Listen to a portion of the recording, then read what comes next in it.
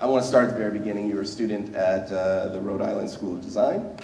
And first of all, is that where the idea for the setting of Quahog came? Yeah, it was. Rhode Island has a lot of character. It's one of the worst dialects on the planet. Massachusetts being up there as well. You know, that was sort of the impetus for Peter Griffin. There was a security guard at RISD who had the most wonderfully horrific, thick Rhode Island accent. And everything he said was so loud and with so much volume and so little forethought. And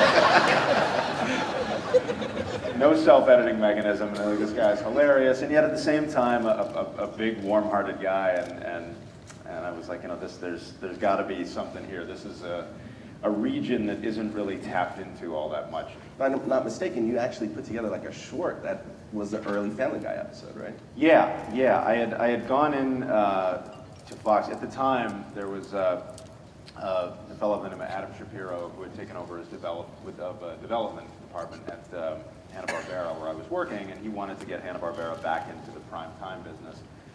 And he said, you got this idea, Family Guy, let's take it to Fox. You wrote, directed, animated, you did everything, voiced it, right?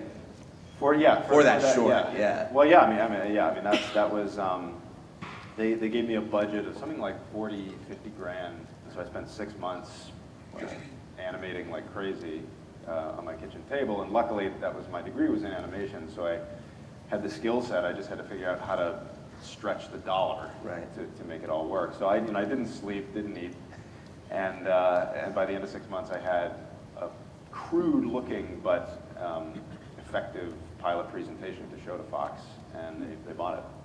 So now the sad news.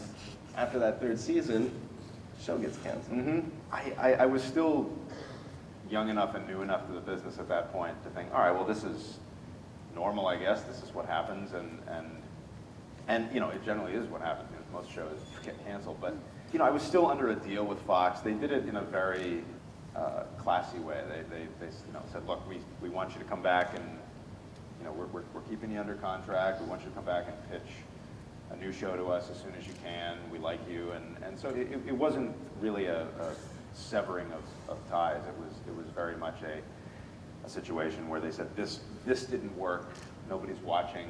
You know, they were the first to admit that, look, you know, we're partially responsible. The show got moved around every night of the week, but we would like you to come back and make another show. And you know, I spent a couple of years consulting on other sitcoms. I wrote a pilot, and it was actually a really valuable time. That period after the cancellation kind of gave me a chance to really experience what it was like to just write and have to deliver, you know, on a deadline, and just to kind of hone the craft. And so when the show came back, I had a little better understanding of story. When I started the show, I had no understanding of story, and it was really just about the jokes. And cancellation was the best thing that ever happened to the show, because it wasn't getting any traction. Nowadays, a show has to make it in the first few episodes, however, even as impossible as that is, or it's done. It's not like in the 90s when a show like Seinfeld could kind of languish there for a little while and, you know, be allowed to kind of ferment and then eventually become a huge hit.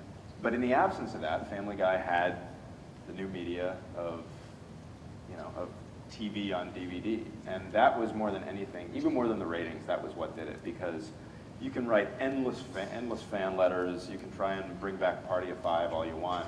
If they're not seeing, you know, the dollar signs there, you're screwed. And this was an instance where people were literally writing letters with their checkbooks by buying the DVDs, and Fox said, "Oh, okay, well, there's money to be made here." So, not to get overshadowed by any of this, but you are also making your feature film directorial debut with the R-rated comedy Ted. So tell us a little bit about Ted. Tell me, you know, how you got attached, where the idea came from. You know, the idea was something that I had a number of years ago that I first thought would make a good animated series, and then kind of set it aside and revisited it, I think, say, maybe 3 years ago in screenplay form. And you know, it just kind of lent itself more to that medium. It feels more like a single story arc as opposed to a series.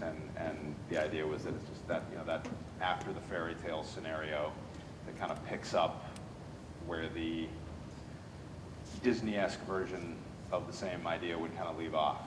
And, you know, it's about a guy who makes a wish when he's 7 years old that his teddy bear would come to life and be able to talk to him, and magically it happens.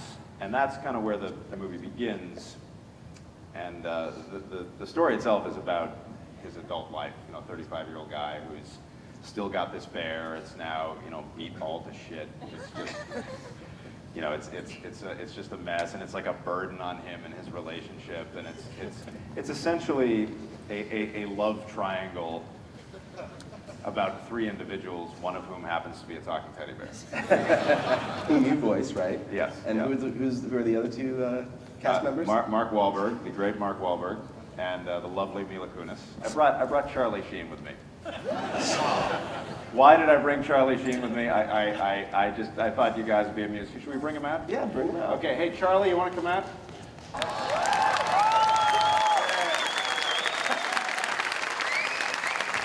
So, I'm going to start at the beginning and ask you how you got involved in this.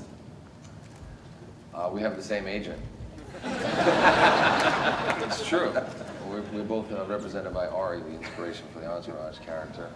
And he sent me the script, and it's funny because I read the script, and after 30 pages of the script, he forgot it was a teddy bear. I just fell in love with the characters and the relationship between the guys. And then he sent me a couple of episodes of Family Guy because I hadn't seen the show before. And I said, well, it's a cartoon. I'll sit down with my two oldest kids, who were 6 and 4 at the time. And we're watching the 150th episode where Stewie's getting locked in the vault and with the dog, and he's got to eat food. And my kids and I are laughing hysterically, and my wife comes running in the room to find out what's going on. She immediately shuts the TV off and yells at me, saying how inappropriate it was. But of course, we went back and watched it again, and now my kids and I are huge fans of the show.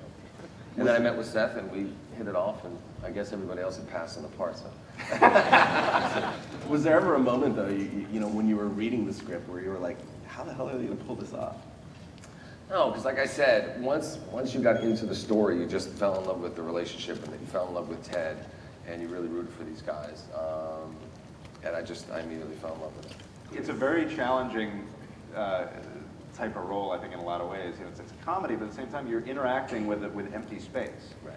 And one of the great things when we finally got this thing done was, Mark was so good and so convincing, sitting there on a couch, looking at empty space and seeing this character there, that when we finally put the bear in, it was so organic and felt so real. Essentially, I'm guessing you were acting opposite nothing. Did they have a teddy bear in place, or were you Sometimes there was a bear, sometimes there was just like a little stick with 2 little dots on it for the eyes. But I absolutely fell in love with the idea of not working with actors.